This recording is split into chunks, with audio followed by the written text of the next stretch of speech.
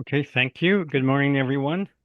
I'd like to call the meeting to order and acknowledge that we're in Treaty 1 territory, the home and traditional lands of the Anishinaabe, Ojibwe, Indian Cree, and Dakota peoples, and in the national homeland of the Red River Métis. Our drinking water comes from Shoal Lake 40 First Nation and Treaty 3 territory. My name is Neil Harden. I'm chairing today's panel. With me are Adela Daloro and Michelle Duncan. The assessor today is Jason Mikulik, and the administrative personnel is Phoebe Graywood. We will be hearing applications for revision of the assessment role in accordance with the Municipal Assessment Act. The matters for which revision is requested have been described in each application, and we'll limit discussion to those matters. The statements that are made at this hearing are sworn testimony, and anyone speaking the matters must be sworn in. Be advised that comparison of assessments of properties are not considered evidence of market value by the board. The board is appointed annually by council and is independent of it in the city administration. It makes its decisions on the basis of the evidence provided at this hearing and issues a written order that may be mailed to all parties as soon as possible. Please note that the board's decisions with respect to an application may be appealed to the Manitoba Municipal Board if the matter pertains to assessed value or classification, or to the Court of King's Bench if the matter pertains to the application of exemptions from taxation. Should you wish to appeal, information on how to do so will be included with the board's order. With respect to the hearing process, I will confirm the points of appeal with your property to be addressed with each applicant following the swearing in. We'll then have the assessor's testimony, followed by questions that the applicant may have, and then the applicant's testimony followed by questions. Each side will have an opportunity to summarize if they wish. Once all the evidence about an application has been brought forward, the applicant may leave. The process will repeat for each item on the docket today. The session will close after all the applications have been heard, and the board will deliberate in private and make its decisions. You will receive the board's decision by registered mail as soon as possible. As information on public hearings are live stream recorded and will be part of the public record. We'll be hearing items 1 through 5 on our docket today. Ms. Graywood, please affirm the assessor's and applicant's testimony. Mr. Mikulik, can you please state your full name? Justin Mikulik. Do you affirm the evidence you're about to give at this hearing is the truth, the whole truth, and nothing but the truth? Yes. Thank you. Mr. Dupont, please state your full name. Henry Dupont. Do you affirm the evidence you're about to give at this hearing is the truth, the whole truth, and nothing but the truth? Yes, I do. Thank you. All right, our first property today is 707 Sterling Line, and I understand there's a non-cooperation requested on this. So, Mr. Mikulik, if you can begin and then lead us through your non-co-op evidence. Yeah, so we have file number 24-1809, roll number 100067761700, 707 Sterling Line Parkway, roll year 2025, assessed value 58,254,000, classification 20, liability T. So the non-compliance is brought up due to the if you look on page 13 and 14, the owner had sent in combined roll numbers on their mailer. On page 14, the cover letter we send out, near the bottom, it says, in the event that you're responding with information on more than one property, please provide separate returns for each property roll number. And you could see based on their income and expense information on page 15, these values are combined. Like when you look at the amounts, they differ greatly from what our assessment model value would be. When you look at the gross rents, they're 4,473,000, and you could see that there's a reporting of 7 million on here. So it has been combined with the two roll numbers, and page 13, they affirm that from the owner. So that's where we would be seeking the non-compliance on this one.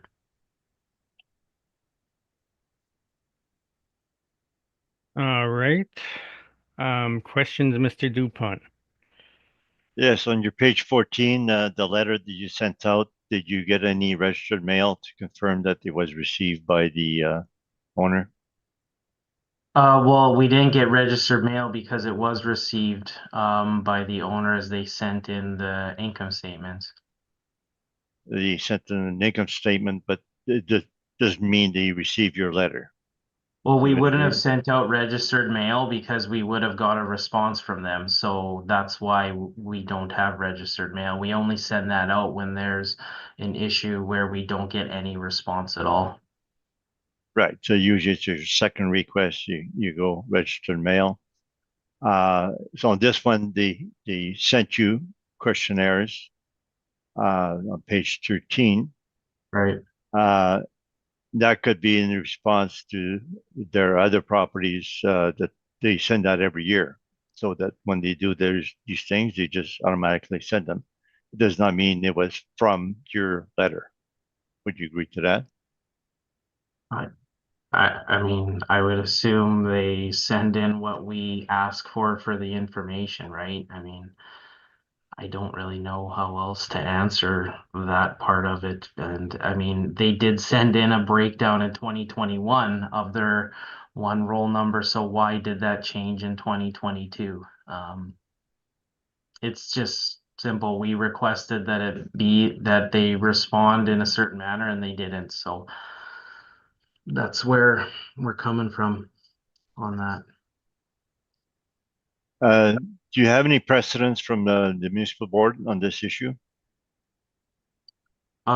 I don't have any precedents from it. I I guess maybe you have, but I don't have any order from the municipal board dictating anything. It was just we asked for information and they didn't supply it. So I don't know how I'm expected to make a reasonable valuation if I don't have the correct information. Um, no, the legislation that you provide is on page 12. Right. Page 12. Yeah, that's correct. 16.2. Mm-hmm.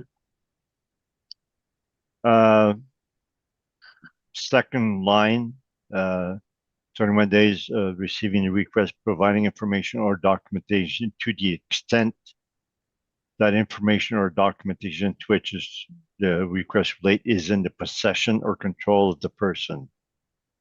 Would you agree that whatever information that the client has or the owner, he must be in possession and control, and they must exist? Would you not agree that that particular clause says that the person should provide information that is in possession or control? Well, I guess it's interpretation into what they have that may exist. I mean, they sent in a 2021 income statement with the information provided separately. So I would imagine since they own both properties, they would have that information. So I have a hard time being able to apply that in this instance.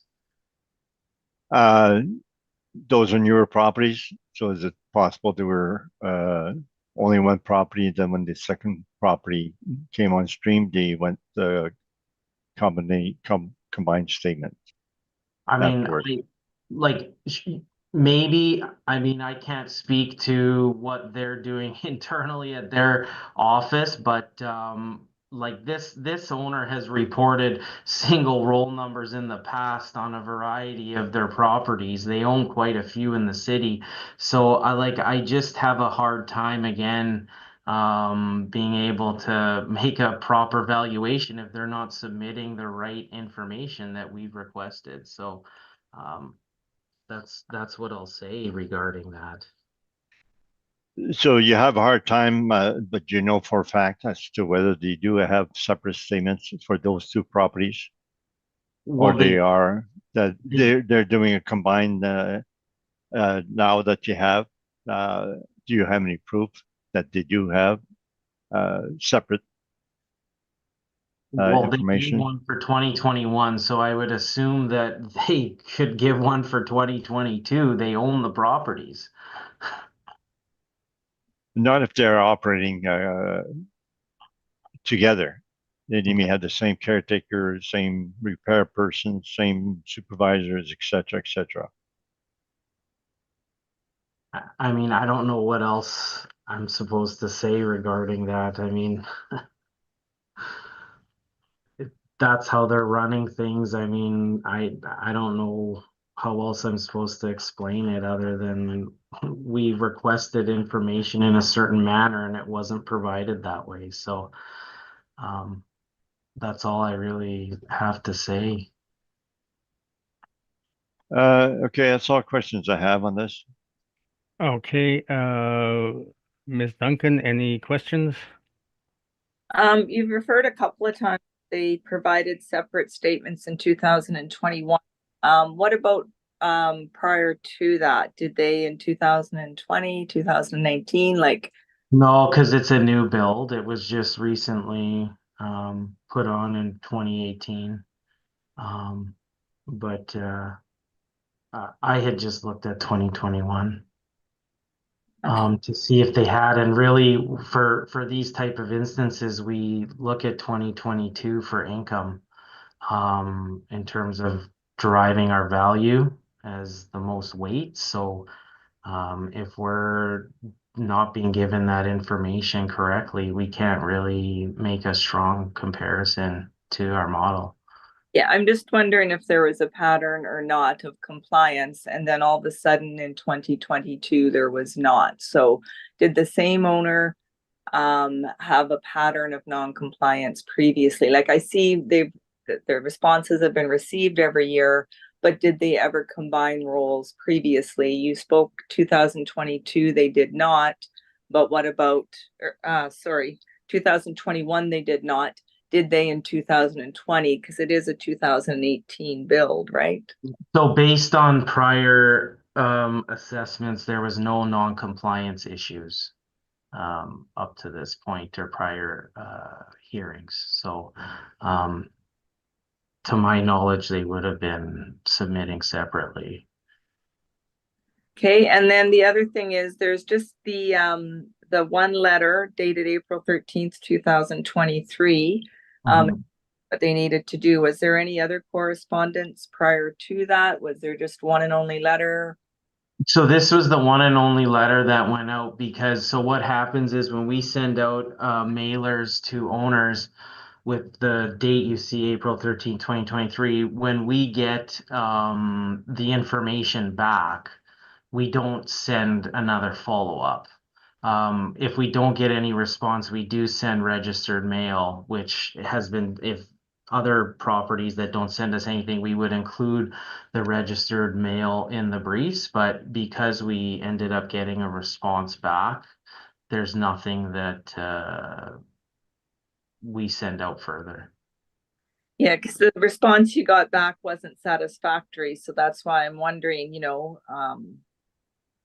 the event of whatever circumstances might exist, would the city not send out a registered mail and saying, as you noted in the April 13th, 2023 correspondence, you were to submit separate reportings.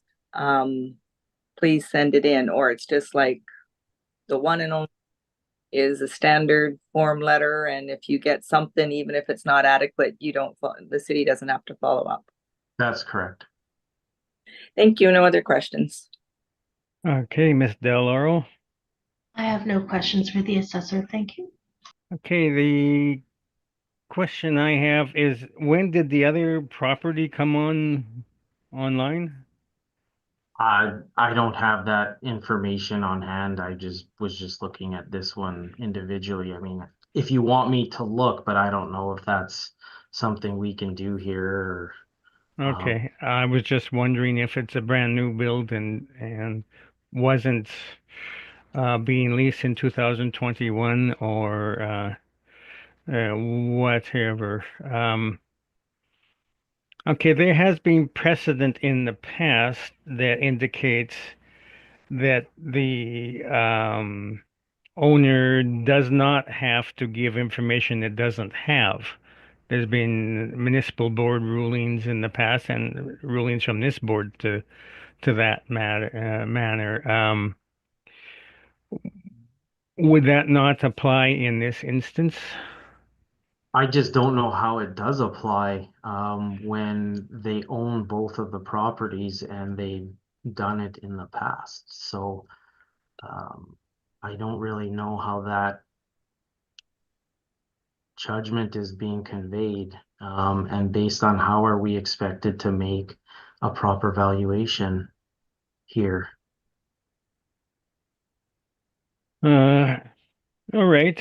Thank you for that. So, Mr. DuPont, you can begin your reply. I do have a report on this for compliance where I do quote a municipal board decision and court decision on Litchison. I can send that to you now. Okay. So I send that. I can send it to the clerk or whatever else email. Okay, I guess this would be new evidence then. Uh, It's not evidence per se. It's arguments, precedents. So I believe precedents can be given to the board at any time. yeah, that's true. Legal cases aren't evidence per se. What else is that all that's in the package? Yes, it's a report that we've come out since 2018 when the assessor was starting to ask for those non-compliance for combined statements. Okay. Send it to Ms. Graywood. And I think the panel we should briefly discuss this matter in camera. So if we can take a short break for the panel to discuss it. In the meantime, Mr. DuPont, please send it to the Ms. Graywood. Okay, but I haven't finished my argument. So you're just going to decide whether to allow the information for now? Yes, yes. Okay. All right, thank you. We're back in session now. Yeah, the panel agrees that this is properly rebuttal evidence, so Mr. DuPont will permit it into evidence, so you can proceed then with your response.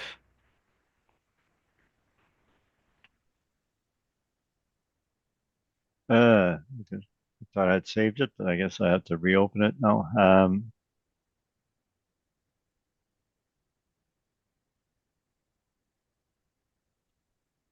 All right, so this is a report that we came up with in 2018 because the city at that time was asking for non-compliance for combined statements. There was a whole bunch of properties.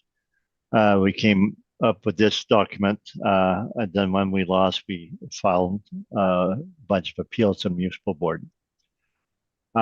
There's no municipal board precedent on this because we settled all 2018, 2020 assessment without the penalty.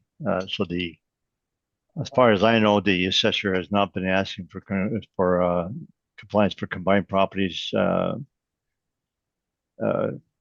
since 2020 or so. They stopped doing that because they gave up on that on all these properties were at the municipal board. Nevertheless, page one of our page one, no, it says two. So A says the onus concerning penalty issues, so the onus non-compliance. The assessor's request for information rests with the assessor. It was stated clearly in the Litchison decision. And it states in there that the Justice Huban said that the assessor bears a burden of proof of establishing that a request has been brought to the attention of the owner. Therefore, that's always the first step that we have. But we've gone to this board and the municipal board is that the assessor has to provide proof that they sent that request and that to be registered mail. That's the way the proof works. And therefore, the assessor did not do it, mainly because they got information from the owner. But it doesn't mean that they got that particular questionnaire sent to them. Then the B, we say this should be only applicable for information in possession and control of the owner. And we have that clause 16.2, which we underline it, which we pointed out in cross-examination. And the order A06-199, which we include, the board stated, in our opinion, that was municipal board, in our opinion, the ability of one party to seek disclosure information from another party does not include the ability to require that other party to create new information that does not already exist. So then we have the decision page. I don't have a page, but it's the Summit Pipeline decision. And then we have highlighted the applicable section, which is page 6 of the decision, which we quoted above. And we have the legislative decision also following, which we quoted above. So that would be my submission. They don't have proof that they sent that questionnaire request to start with. And it's not in the possession and control. I would tell you that 701 Sterling was also built in 2018. They also had statements 2021 separate, and in 2022 they became combined. So for both properties, they were separate 2020 and 2021. But they started to operate them together for 2022. And then they provided the combined statement for both 701 and 707 Sterling to the assessor. And there's a few reasons why you can combine a property, is that they could have the same supervisor, same staff. They have handymans or electricians or whatever on wages going to both properties, so that they decided to operate them as combined. So therefore, what they have in their possession and control is combined statements. That would be my submission. Okay, questions, Mr. Mikulik? I guess, I mean, I think I had explained a lot of those questions that had gotten asked, but would you agree though that it's difficult for us to make an accurate valuation site specific wise if we don't have the information of the specific roll number? No, it's the same thing as what we're doing here today. We're allocating, and you know the number of suites that applies to. You can just do an allocation. You could have done that here today, and you could have done that for assessment. If you want to know the rents to put for your formula, you just divide by the number of suites, and there you have it. So anybody can do evaluation with combined statements. All they have to do is find a way to allocate it. Those are all my questions. Thank you. Okay, Ms. Delaro, any questions? I don't have any questions. Thank you. Ms. Duncan? Yeah, couple. Where would it say to an owner that they can just all of a sudden start combining roles, like INEs for roll, multiple roll numbers? Like where would that come from?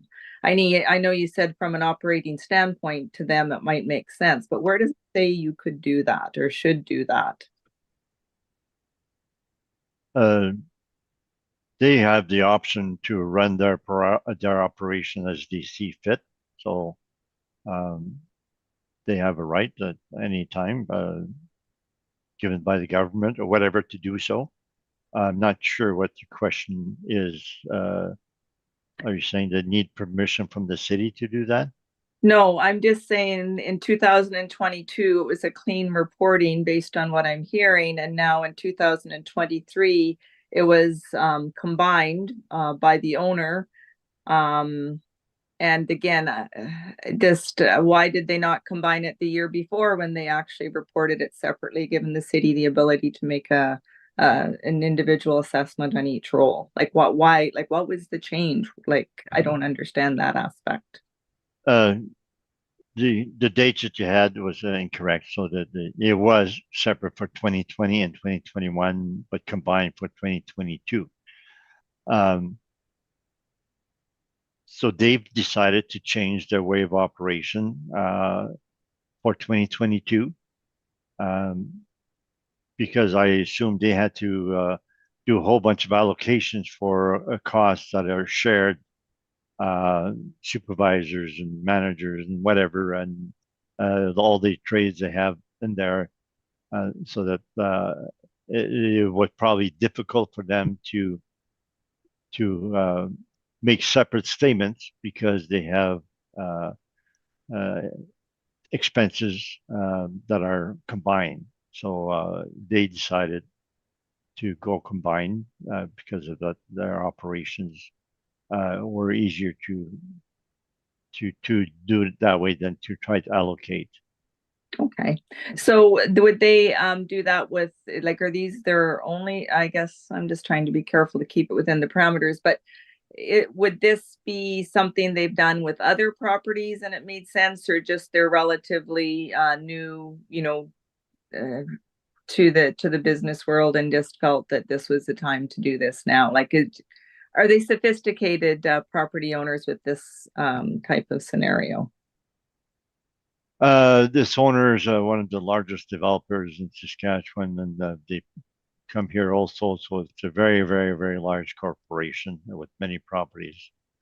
Of Okay. their portfolio in Winnipeg, I don't know of any other that has combined statements. It may be the only one. Okay. But I do know there's many other owners we have that do have combined statements. And mainly because just that they have the same caretaker, and a lot of expenses are together, and the owners find it better for operation to have a combined statements. Otherwise, they have to make judgment calls on allocations. Okay. And then, so again, because obviously I haven't analyzed every line of the I&E, would it be clear to the city based on the calculation that you talked about on how much rents and specific expenses to 707 Sterling Lion can be pulled from that I&E? Or is it kind of just splitting everything down the middle as a 50-50? Like how within the I&E, is there an actual breakdown to know which belongs to 707 and which belongs to 701? Because they do have different rents and they have a different suite composition. The assessor knows the number of suites, they know the composition, the suite mix. They have all that information, and if they want to, you can allocate it by number of rooms if you want. You can take because the different suite mix, you can take one bedroom, you apply 3 rooms, 2 bedrooms, you apply 4 rooms, etc. Or they have square footage. They can allocate by square footage, by rooms, or by suite numbers. So they have all the information on hand to allow them to allocate the way they may think to be the best way to do so. Okay. And then each building was built in 2018. They were built the exact same year? Yes, they both show 2018. They may have come online at different times of months, but whatever. The assessor shows both of them as being built 2018. Right. And then from a square footage standpoint, are they the pretty much the same, or are they different square footage? Don't know. I'd have to open the file. Do you want to give me time to open the file of the other property? Or? If I can here, it says on your spreadsheet, Henry, Oh, total it says yeah. weights I'm sorry. 416, so it seems to be about 150 or so to the other property, 701. Yeah, it says above 160 suites. my page 15. Ah, there we go. Yeah, Yeah, 166. 160 for Summit 1 and 416, 256 for Summit with some the subject. Okay, and then just so that would the parking be the same? Do they pay extra for parking? Does one building have more or less parking stalls? Like, would that be identifiable in the I&E as well on a separate basis? The assessor has the information on the amount of parking for both properties. They have the information on the square footage for both properties. Okay. Okay, thank you very much, Mr. Dupont. No more questions. Okay, and I have no questions that haven't been asked, so we'll now take a very short break uh, to discuss the non-co-op. Okay, thank you. Welcome back. We discussed the request for non-cooperation. The panel is satisfied that the owner received the request and because they responded to it. We don't need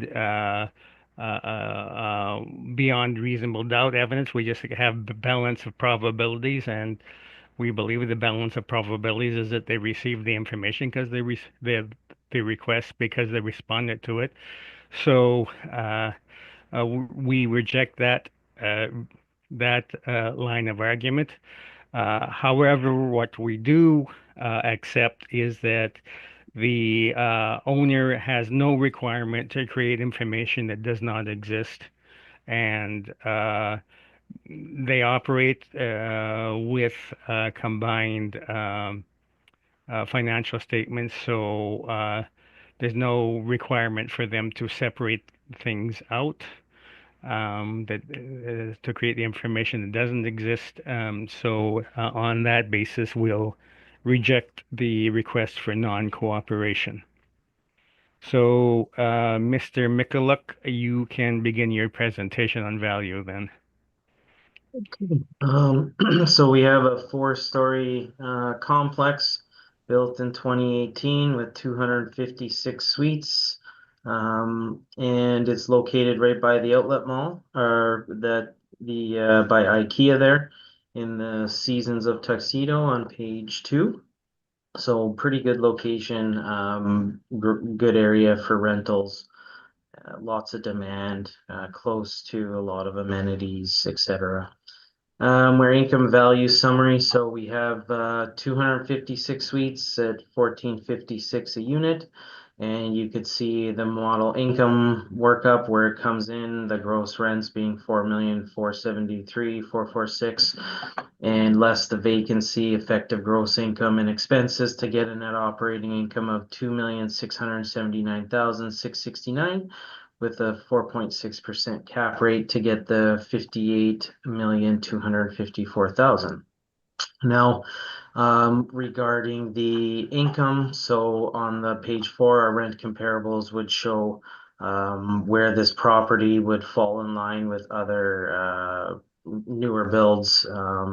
We're at 1456 per unit. You could see the range here goes up to 1631.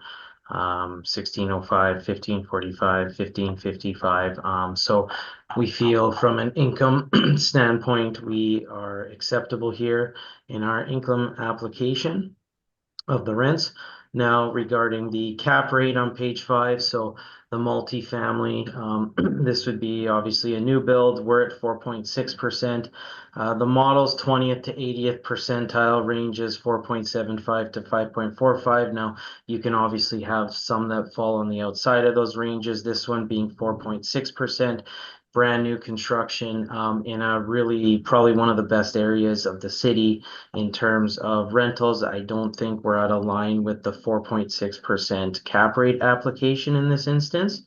And you could see also where it falls in line with other broker market reports. Again, 4.75 CBRE, 4.75 Cushman. I mean, those are high rises. Low rise A on CBRE is 4.5 to 5.25. So, 4.6, we don't feel like we're out of line with that application here. Page 6, we have our cap rate evidence that we've got additional sales regarding other cap rates, like to drive support for our model cap rates. And so we've stabilized this group of sales here today just to show that the application of where the model might fall for their cap rate, that it would still be appropriate given the market evidence involved on page 6. And I know 2390 McPhillips out of this group of sales would be one that would be the newest construction. We've stabilized that at 4.71%. It was built in 2015. We're in a really good location here. Like I said, this area is probably the best in the city in terms of demand. And so we see the 4.6% is applicable here.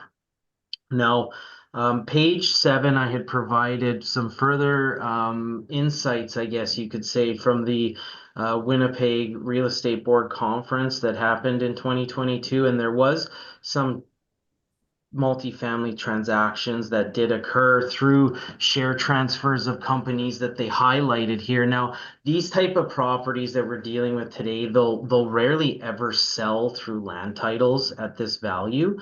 Companies will transact through the shares and then take over the ownership of that property and run it as they see fit. Now, just the sale prices, you could see Urban Square, that's one by Memorial Park downtown by the legislation building, sold for 200, just shy of 270,000 per unit.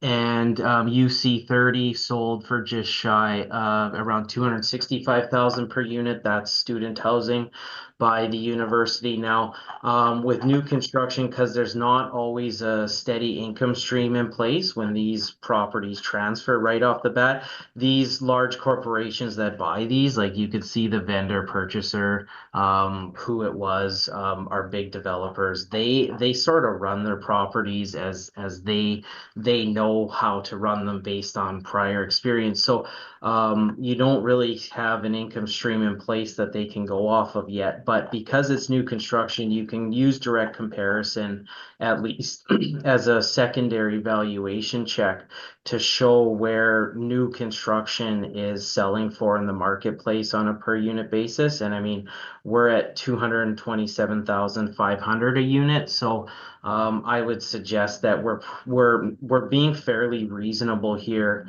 in that application when you factor in that part of the market as well. So I've just included some pictures so you could see what the building looks like on page 8 and 9, where you could see the amenities that are offered to clients. So you do get a lot of those type of attributes, the gym, the common area, page 11, the outdoor area with the barbecue, the pool. So pretty good from that standpoint. Now, so just if you go to page 15, 16, not making a valuation on those numbers.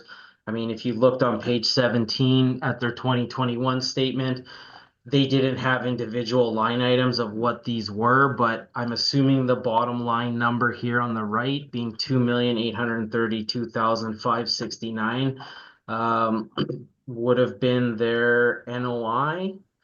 And this we're at, where are we? 2,679,000. So we're below what they reported in 2021, again, making those assumptions. So really, we feel that there's not really any need to decrease the value on this one further. And that would conclude my presentation. Okay, questions, Mr. DuPont? Yeah, so your last exercise on page 17 is that you used the 2021 statements itself to come to a net income. I mean, I'm assuming that's their net income. They don't have any line items to show, but again, that's all I'm trying to be reasonable here, the best I can. For your cap rate comparables, you have that on page 6. Do you have a workup for any of these comparables? I haven't provided them due to privacy concerns of what we're bound by, and what we can submit in briefs for other properties. On 150 Hendon, did you use the rents that were approved at the time of purchase? The increase in rents, or did you use the historical rents? We use the prior year's reported income for all of our cap rate stabilizations, because we know that that's at least a verifiable source that they collected that income the prior year. So that's how we base it. So you would this property and any other property where there was an increase in rents by the time of sale, you would ignore that. You would go with the lower rents that they had. We would use what they reported to us as verifiable information over an entire year. So that's how I would constitute that.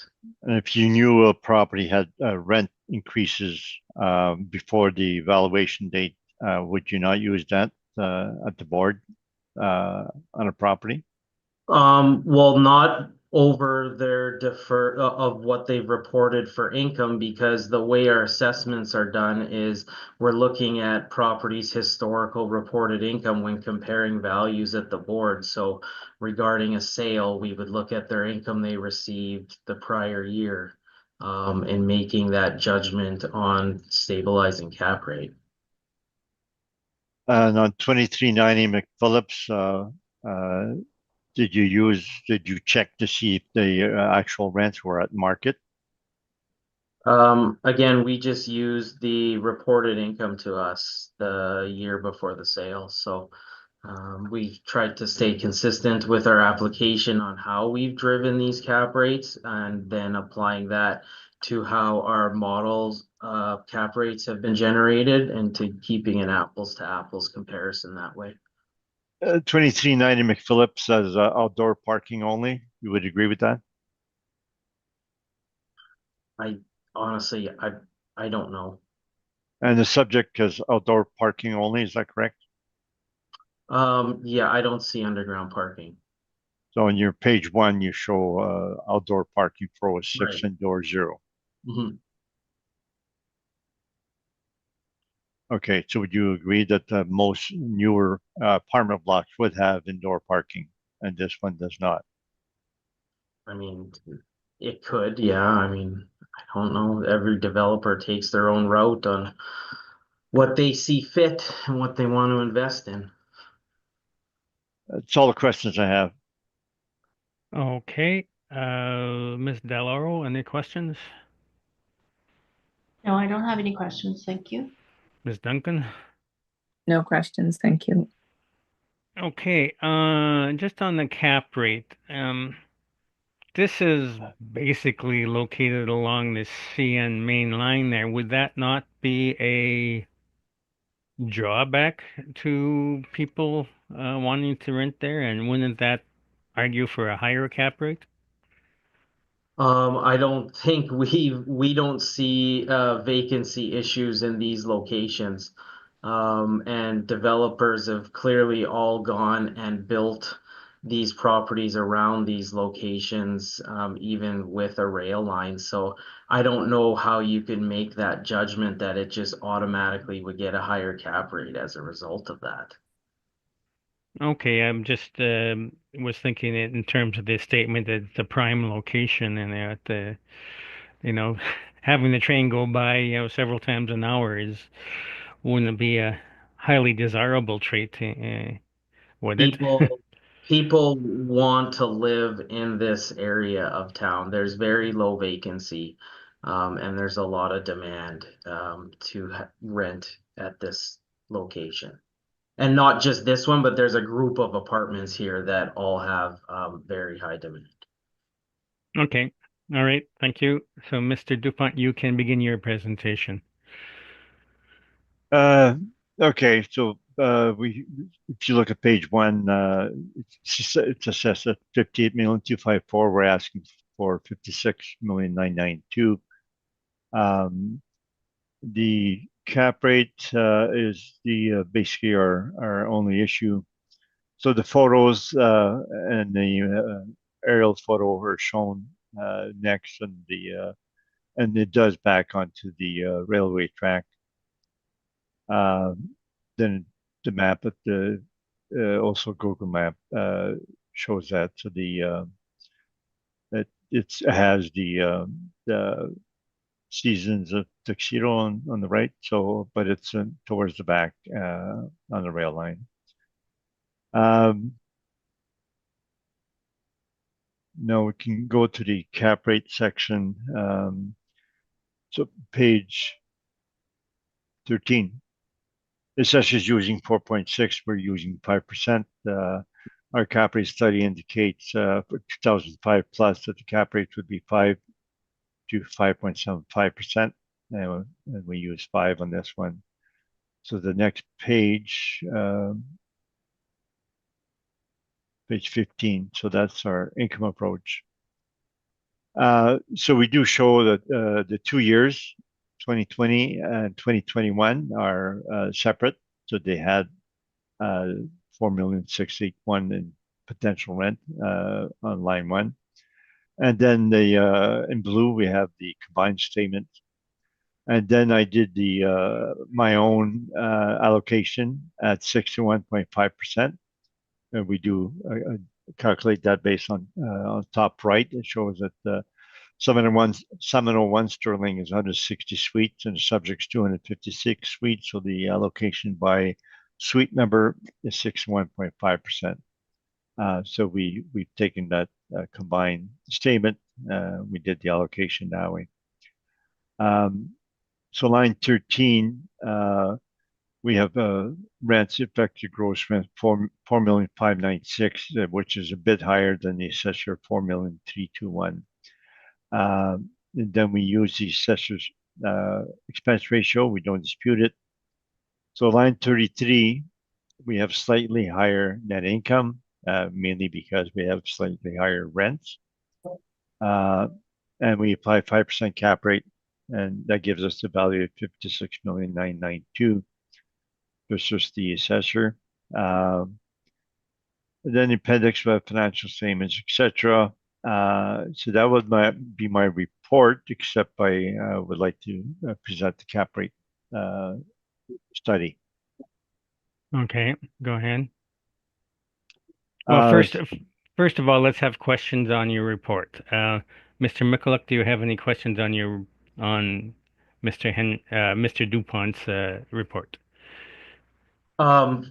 Questions on this property or the cap rate? This property. We'll deal with the cap rate study in a moment, but just on this property. No questions. Thank you. Okay, Ms. Duncan.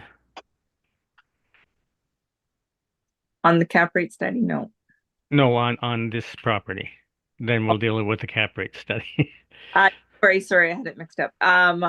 In regards to the city's representation on their page 17, they talked about the NOI for the applicant in 2021 being 28,32569. Was that an accurate assumption they made? On my page 15, I showed the actual receive at 2,909,000.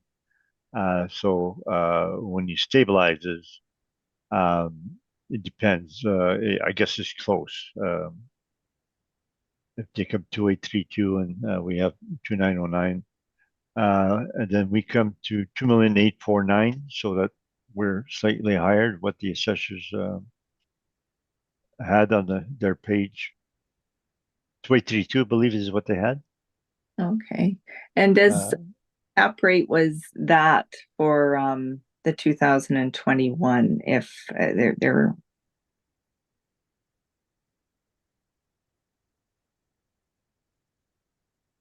like the city didn't have it in their evidence, they just had the green columns, and they made the assumption about the NOI, which sounds like once stabilized, it's pretty close. the cap rate figures that were put in for 2021. Yeah, so there, I just checked at page 17 is they have 2,832,569 and I stabilize at 2,849. So I'm a couple thousand higher or a little bit higher than the assessor. So I believe we're down to cap rate only. Right. Okay, thank you. No other questions. Okay, Ms. Deloro. And I have no questions. Okay, so Henry, on your cap rate study then.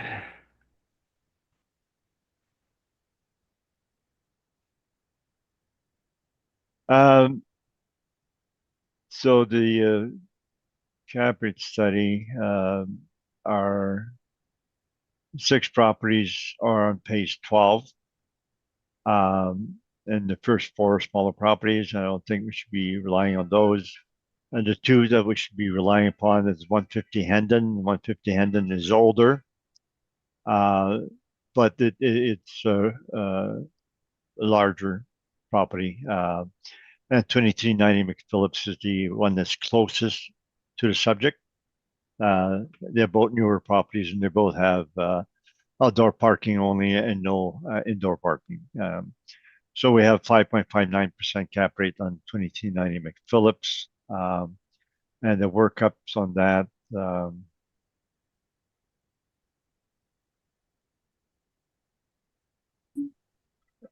Hendon is on page 20. So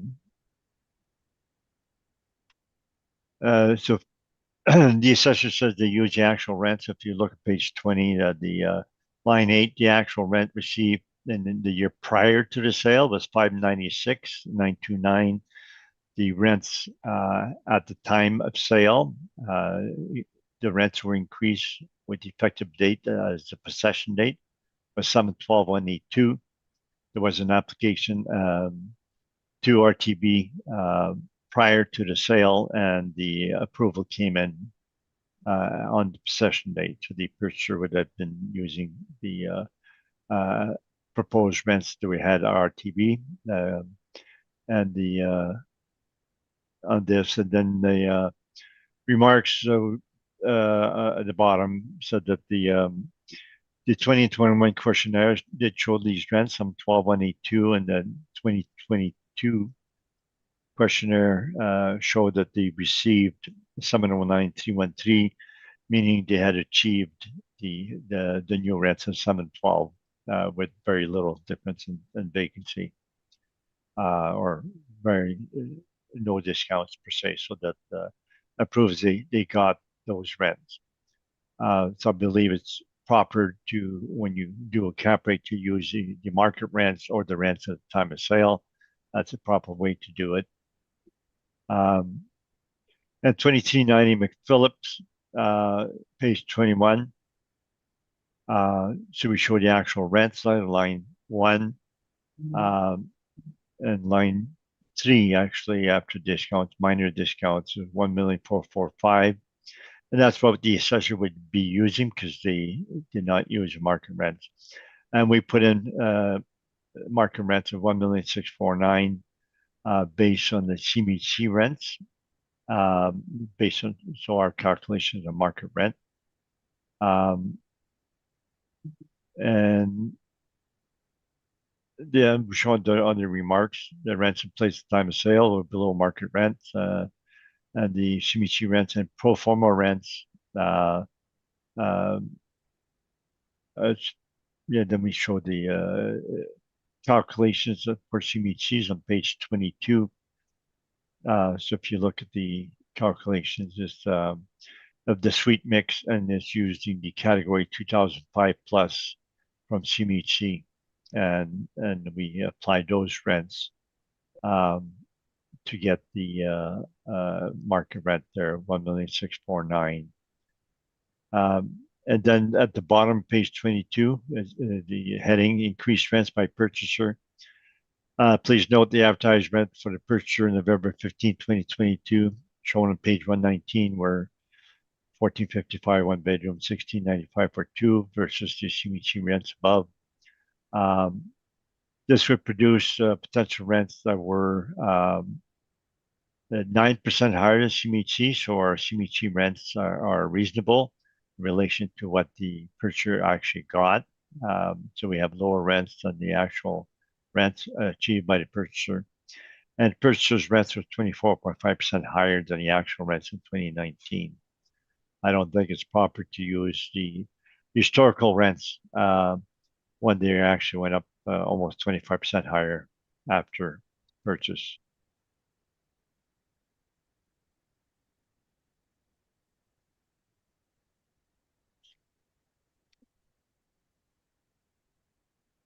I believe that would be my cap rate study, so that the closest comparable is McPhillips at 5.59, I believe, and we're using 5%. So I believe we're being quite reasonable on the cap rate, 5%.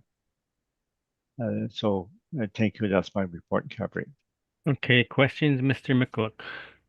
Yeah, so regarding 150 Hendon here, did you speak to the vendor who sold the property about that they were low on the rents, and were they aware that they could get a rent increase before they sold it? They were aware. They're the ones that did the RTB application. So the vendor did that application, and the purchaser is the one that received the benefits from that application. So was that like a part of the sale then? Is that the vendor was going to request that from, or the vendor was going to request that on behalf of the purchaser? Was that part of the terms? I don't know whether they did that on behalf of the purchaser. They did the application themselves to RTB, and then they put it up for sale.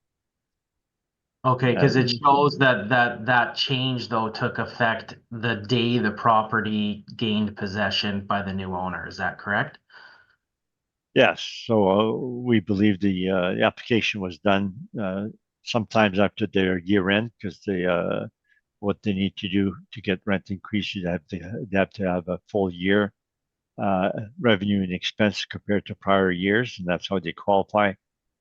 So that the application was likely done January, February of the year sale. Then they put up for sale, Okay. and the approval came in on possession date, or in July, but effective on the possession date. And then, so for 2390 McPhillips, that value you used for potential gross market rents, like was that off their reported income the prior year, or do you know what their reported income was the prior year after the sale? Or is that just an estimate of market rents being applied in this scenario? We don't have the financial statements after the sale. Okay. So that we had the financial before the sale.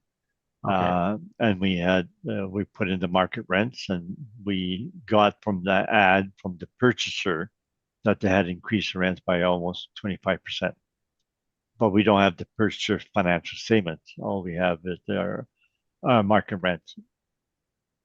Okay, so regarding this one here in 2090 McPhillips, you can see what the actual historical reported income was. Is there ever an instance there for a subject property though where you would just go and be like, well, they're below market rents, so for the subject appeal, we're just going to apply the market rents? Like that's just, I guess, where I'm coming from, where I don't feel like it would be treated the same way if this was just a subject property on the assessment docket, right? You'd be using the historically reported rents and then not really even though knowing that they're X amount percent below market. So is that common practice for an appeal to do that? Just apply market rents? I have had many discussions with assessors on properties that were deemed to be renovated where the assessor wanted to use rents that occurred after the reference date. And so the assessors many times would use a market rent that was higher than the actual rent when the new property had been renovated. So this common practice, the assessors themselves have been trying to do that to increase the rents to a market level when they know that there was renovations. Okay, this is So we would do that if we knew the rents had increased by April 1st, 2023. We would use those rents instead of the actual rents the prior year. okay. Okay, this is new construction though, like there would be no renovation added here. But we could say though that the value you used though, the new revised value wasn't actually reported income, it was a market estimate. Yes, we did a market estimate, and it's because we became aware that the purchaser increased the rents by 25%. And because of that, we used the market rents, which were lower than the purchaser's actual rents. Those are all my questions, and I do have rebuttal when we are ready. Thank you. Okay, Ms. Delaro, any questions? I have no questions, thank you. Ms. Duncan? No questions, thank you. Okay, proceed with your rebuttal, Mr. McCulloch. No, just regarding the rebuttal for 2390 McPhillips specifically, on page 11, you could see that we stabilized with the actuals now.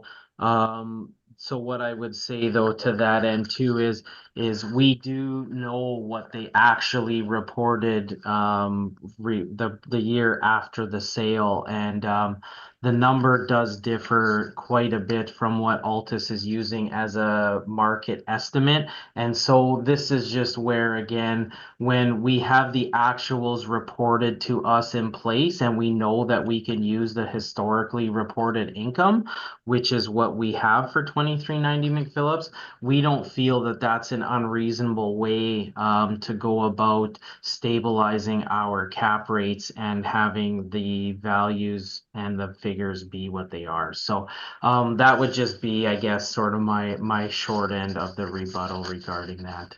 Other than that, that's all I have for the rebuttal. Okay, questions, Mr. DuPont? No questions. Okay, Ms. Duncan? No questions, thank you. Ms. Delaro? No questions from me, thank you. All right, does either party wish a summation on this property? Mr. McCulloch? No, I'm okay. Thank you very much. Mr. DuPont? No summation. Okay, thank you very much for that. Let's take a break till 10:30, and then we'll come back and do the next property on the agenda. Okay, welcome back. The next property on the agenda is 145 Sage Creek Boulevard. So, Mr. McCulloch, you can begin. Okay, we have file number 24-1807, roll number 0609-323-6600, 145 Sage Creek Boulevard, roll year 2025, assessed value 62,613,000, classification 20, liability T. We have a 5-building complex built in 2021.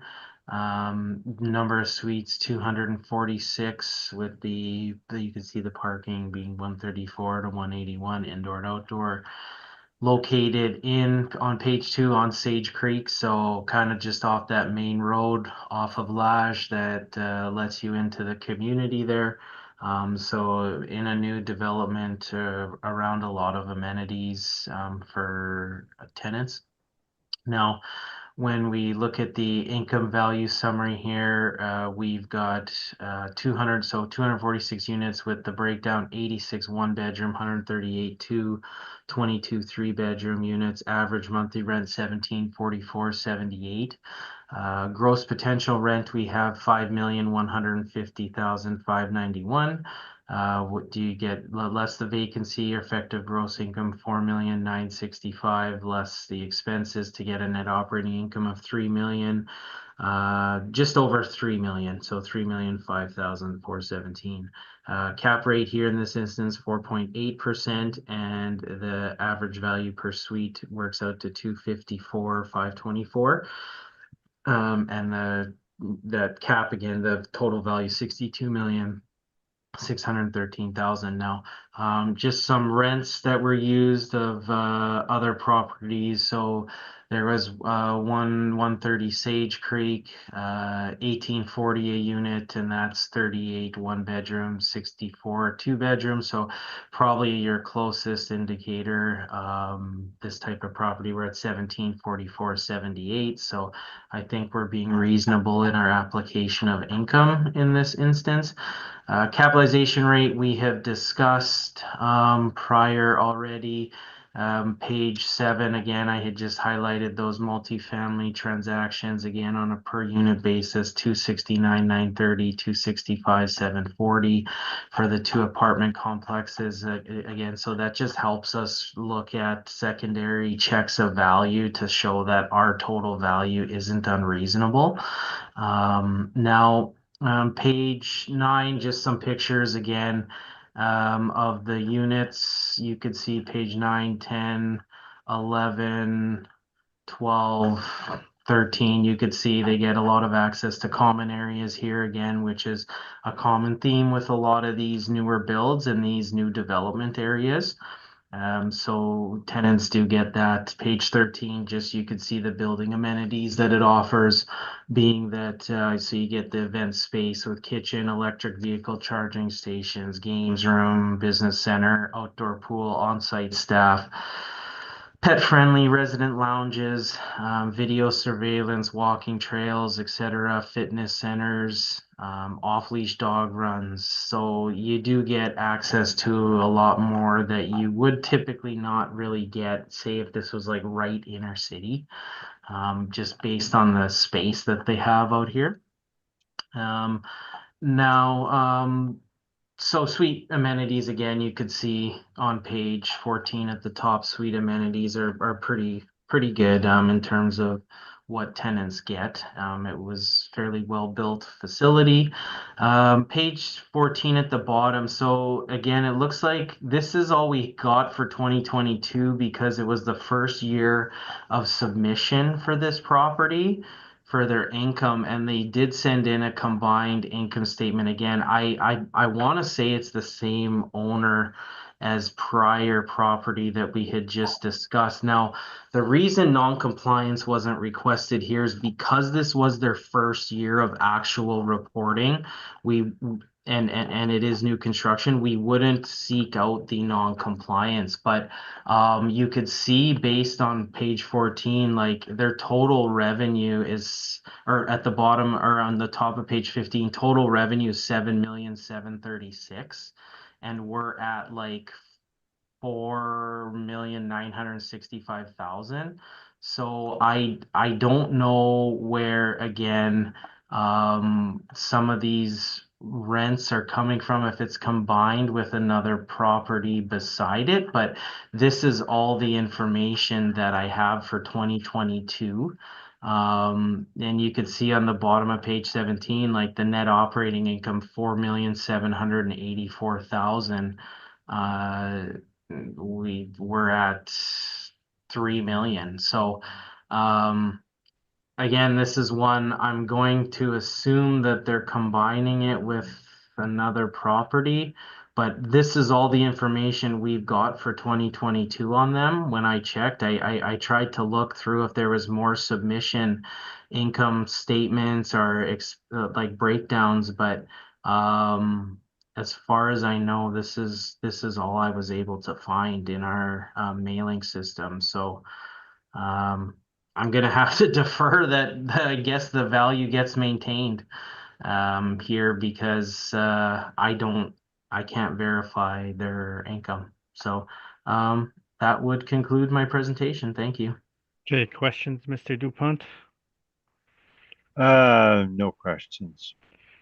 Okay, Ms. Delaro. I have no questions. Thank you. Ms. Duncan? No questions, thank you. Okay, I got just one question on your cap rate. The previous property, about the same size, only 10 unit difference. Mhm. Also newer, although this property seems to be a little bit newer, a year or two newer.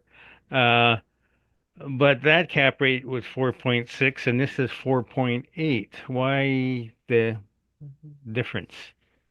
The location is better at Seasons of Tuxedo. Oh, okay. So it's a location based then. Yeah. All right. Thank you very much. So, Mr. DuPont, you can proceed with your presentation.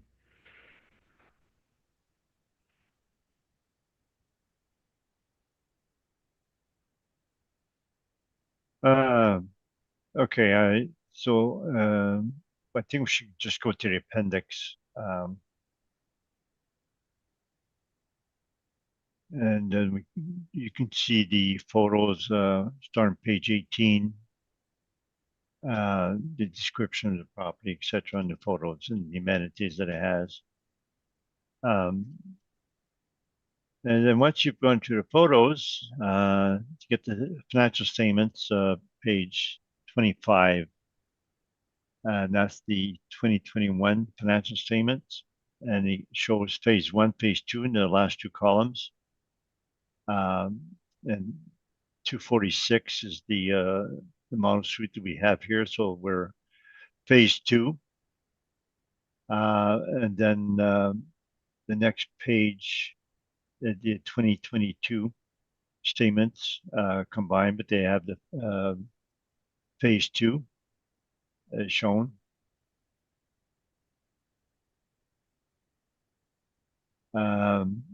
Then the rest of the statements are revenue and expense are shown there. So to our report, page 13. So the statements that it showed the allocation of the income that I showed you was 5,092,092 and the discounts, etc. So we have that on line one and the discounts that I had.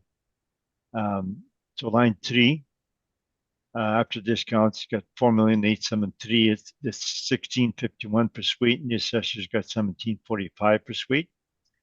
They don't have parking, and so we're deducting 5% for vacancy, even though they had 13.2 and 10.8. So they're having problems now leasing up those rents. So we allow 5%. Then we put in the parking and miscellaneous income. So line 13, we have slightly less effective gross income, 4,877,000 versus the assessor 4,965. Then for expenses, we agree with the assessor's expense ratio at 29.5. So we have line 33, 2,950,000 versus the assessor at 3,005. So we have slightly less NOI. And then we apply a cap rate 5% versus the assessor 4.8. So we get a value of 59,019 from doing that.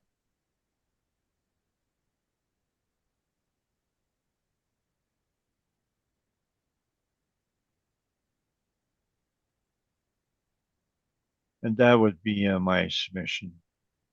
Okay, questions, Mr. McCulloch? Just so in the appendix here, these statements that you've provided, are you aware that they have not been provided to the department? On your page 25 that you've used from 25 onwards, like we don't have this type of submission to our department. So did the client just supply you these directly? When I click IE 2021, I get the same statement as you, but the allocation to the right, I have that. We have it as IEs. So Because I've checked and I can't find a 2021 INE and a 2022 INE broken down the way you have it here with the phases. And so that's just my only concern here is that I didn't have this information. 2021 IE is separated. And as I show, the 2022, when I do IE, it does not show the allocations. So we got that spreadsheet separately, Okay. where it says split by project. Okay, and then so this is the owner of this being Devereaux. They're the same owner as the prior property, right? That we had just discussed. Someone with Summit Sterling, yes. Okay, so they've now went from they had reported separately, so they are submitting a combined statement, though it looks like with another property. Is that correct? Because there's commercial charges on it. For subject property 145, I have a combined Creek. property Yeah. with 105 Sage Creek. Yeah. So this is another instance where they've just changed their business reporting. Is that what's kind of happened here? As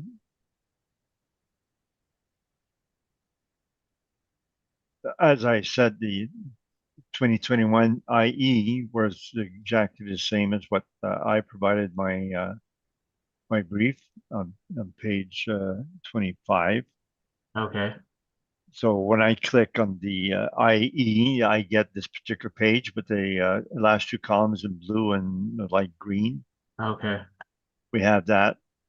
But the statements at page 26, where they split the 2022 with the colored columns, that's what we obtained separately from the owner.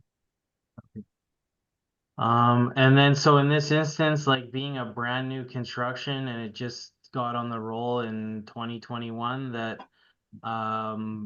you wouldn't use a market vacancy, you would actually use a higher vacancy and only like when it's only been going for 2 years? Because they're getting market pushback on those rents. So it's been 2 full years and built in 2020 and so you got 21, 22. So at those rents, they're getting 10.8% vacancy. So the way to bring it down to 3.6 vacancy would be to reduce the rents.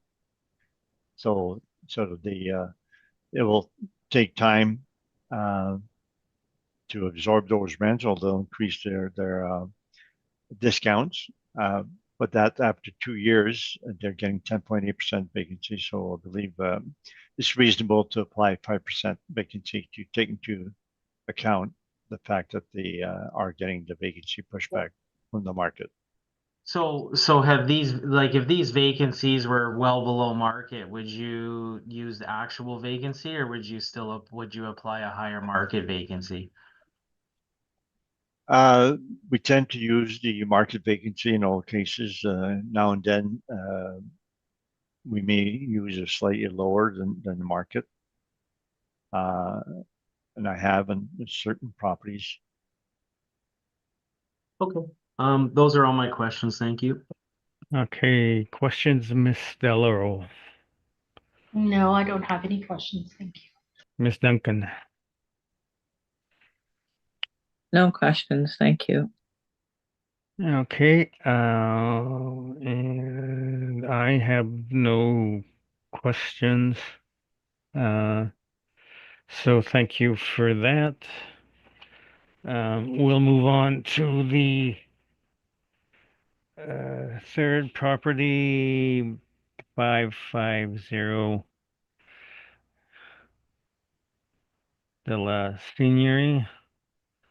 Pardon my pronunciation. Let me open the file. Okay. Mr. McCulloch, you can begin on this. I believe you have a recommendation. Yeah, so file number 24-3315, roll number 0609-346-3490, 550 de la Boulevard. We have a recommendation to reduce to 47,192,000. Would that be accepted? That's acceptable, yes. Oh, sorry. Yeah, yeah, you preceded me, but okay. I was going to ask you. Okay, I thought it might be accepted given what your Yes. own value was. All right. Any questions from the panel on this one? No question. Nothing. Okay, so let's move on to item 4 then, which is 1037 Beaver Hill. Yes, and this one will have another recommendation on it too. Okay, So proceed. file number 24-1599, roll number 0600733150, 1037 Beaver Hill Boulevard. We have a recommendation to reduce the value to 17,698,000. Would that be accepted? Okay, Mr. DuPont, how do you feel about that value? I accept. Okay, is that the page 9 is your written recommendation, eh? Yeah. Just the stabilized NOI with a 5.9 cap rate, which was the model application in this instance. Okay. All right, thank you. Um, Then we'll move next door, I guess, or very close. yeah, 1031 Beaver Hill. yeah, next door, and same thing, there'll be another recommendation here. File number 24-1598, roll number 060073333500, reduced to 16,709,000. Okay, Mr. DuPont, how do you feel about that value? I accept. All right. Thank you very much. Any questions from the panel? I should have asked that last time. We have the other workups, the revised workups based on the recommendation. Uh, Yeah, it's on page 9. I had just done it the NOI and then using the same cap rate as the prior one, just to keep it consistent. They're neighboring properties, so NOI 985 with a 5.9 cap.